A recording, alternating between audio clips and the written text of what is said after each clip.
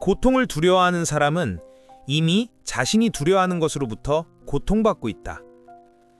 당신의 삶 전체를 조용히 방해해온 보이지 않는 힘을 알고 싶나요?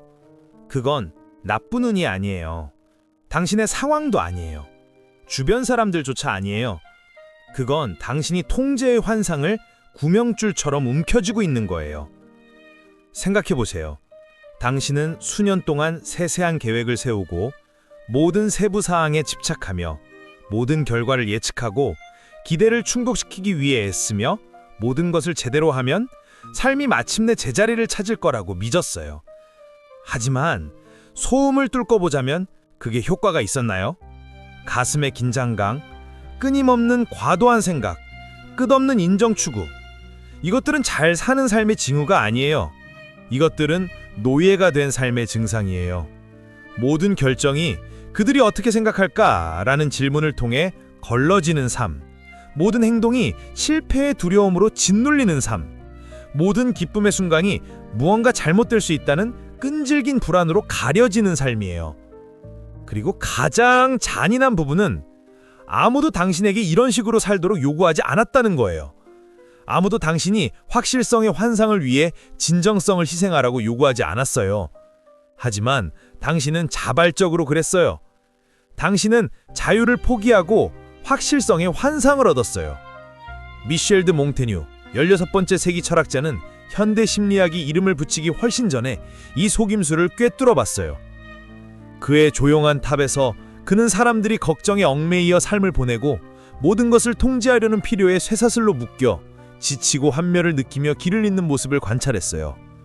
왜냐하면 불편한 진실은 통제하려 할수록 실제로 통제할 수 있는 것이 적어지기 때문이에요. 확실성을 더 움켜쥘수록 삶이 당신의 손가락 사이로 더 빠져나가요. 걱정이 선택을 지배할수록 실제로 평화를 가져오는 한 가지, 즉 놓아버리는 것에서 더 멀어져요. 그래서 걱정을 멈추면 무슨 일이 일어나나요? 통제에 숨막히는 소나기를 마침내 놓아버리면 무슨 변화가 생기나요? 하지만 먼저 자신에게 물어보세요. 내 삶의 얼마나 많은 부분이 진정 내 건가요? 그리고 얼마나 많은 부분이 다른 사람들을 위한 공연인가요? 왜냐하면 공연을 멈추는 순간이 바로 살기 시작하는 순간이기 때문이에요. 내가 말한다면 어떨까요? 당신이 잃을까 두려워하는 모든 것이 처음부터 진정 당신의 것이 아니었다고. 생각해보세요. 당신이 쫓는 인정, 당신이 매달리는 안정, 당신이 보호하는 이미지, 그 모든 것이 빌려온 거예요. 다른 사람들의 기대에 의해 형성된 거예요. 당신은 수년 동안 자신을 성공의 버전으로 만들었지만 그건 당신이 설계한 게 아니에요.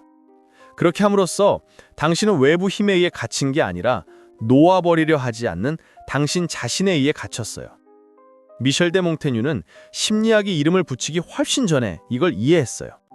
그는 사람들이 상황 때문에 고통받는 게 아니라 그 상황에 저항하기 때문에 고통받는다는 걸 봤어요. 그리고 삶을 통제하려 할수록 더 고통받아요. 불확실성을 두려워할수록 마음이 더 혼란스러워져요. 여기 아무도 말하지 않는 역설이 있어요. 모든 것을 통제하려는 노력을 멈추는 순간이 바로 모든 것이 제자리를 찾기 시작하는 순간이에요. 왜냐하면 통제는 환상이에요. 당신은 처음부터 그것을 가졌던 적이 없어요. 당신은 다른 사람들이 당신을 어떻게 생각하는지 통제할 수 없어요. 모든 결과를 통제할 수 없어요. 삶이 당신의 계획대로 펼쳐지도록 강제할 수 없어요. 하지만 당신이 할 수 있는 건 그것에 대한 당신의 반응을 장악하는 거예요. 매 순간을 예측하려는 필요를 놓아버릴 수 있어요.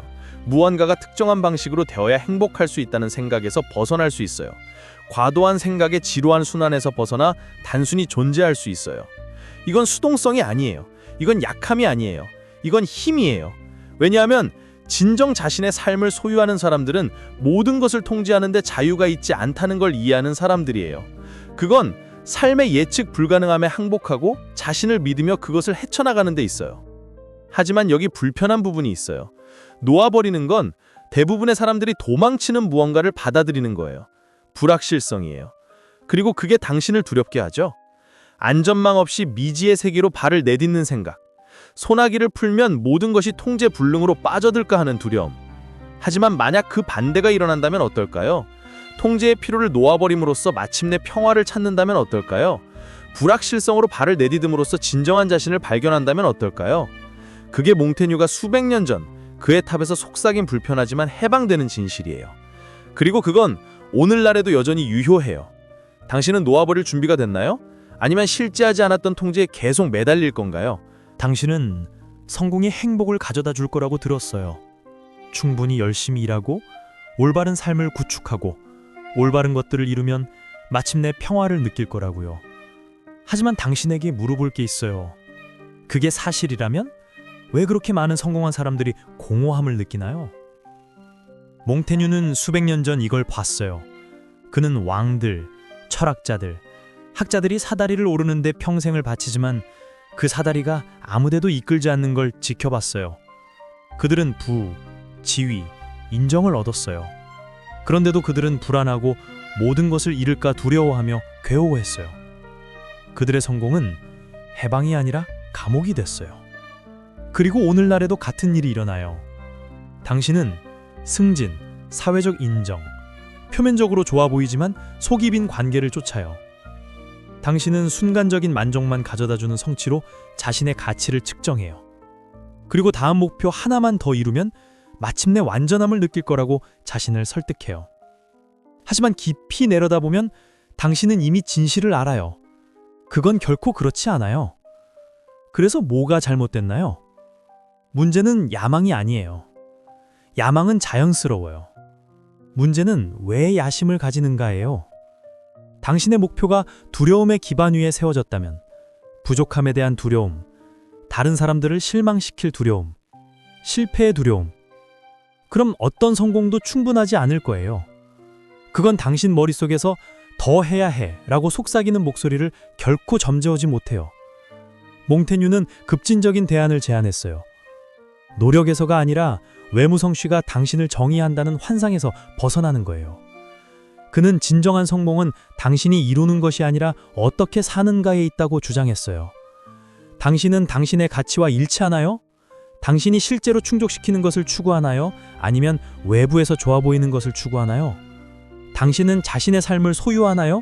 아니면 여전히 다른 사람의 인정으로 사나요? 벗어남은 포기하는 게 아니에요. 그건 놓아버리는 거예요. 성공이 마침내 평화를 가져다 줄 거라는 믿음을 놓아버리는 거예요.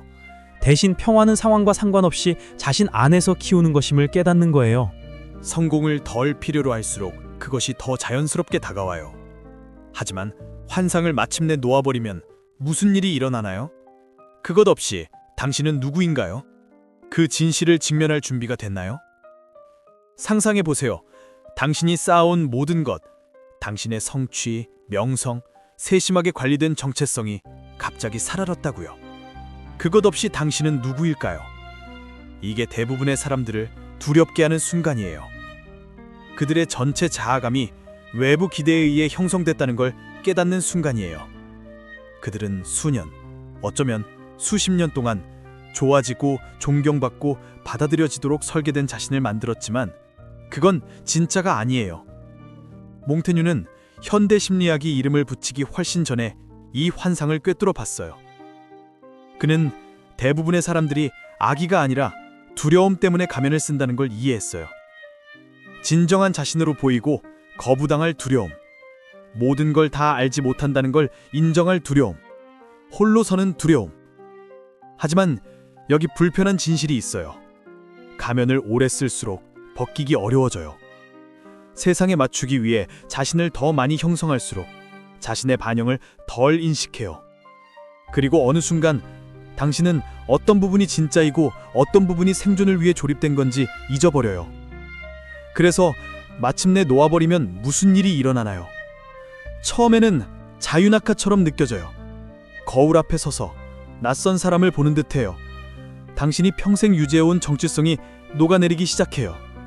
그리고 처음으로 당신은 나는 정말 누구인가? 라고 물어야 해요. 이게 대부분의 사람들이 모든 비용을 치르며 피하는 순간이에요. 그게 왜 그들이 바쁘게 지내는지, 일, 관계, 끝없는 소음으로 자신을 산만하게 하는 이유예요. 자신을 직면하는 침묵이 두렵기 때문이에요. 하지만 몽테뉴가 알았던 건 그 침묵이 진정한 자유가 시작되는 곳이라는 거예요. 외부 표시로 자신을 정의하는 걸 멈추면 탐험할 허가를 자신에게 줘요.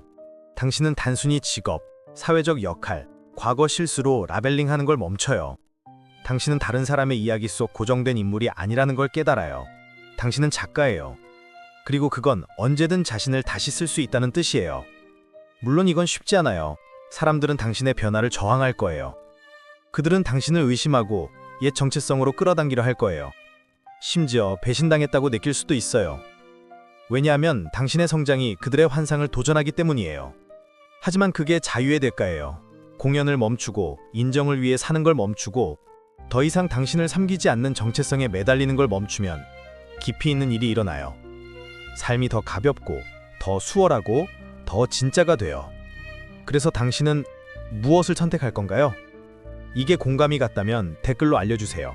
나는 놓아버리기를 선택해요. 왜냐하면 이건 단순한 끝이 아니에요. 이건 진짜 무언가의 시작이에요. 채널을 좋아하고 구독하세요. 그리고 채널을 지원하고 싶다면 설명의 링크를 확인하세요. 건배!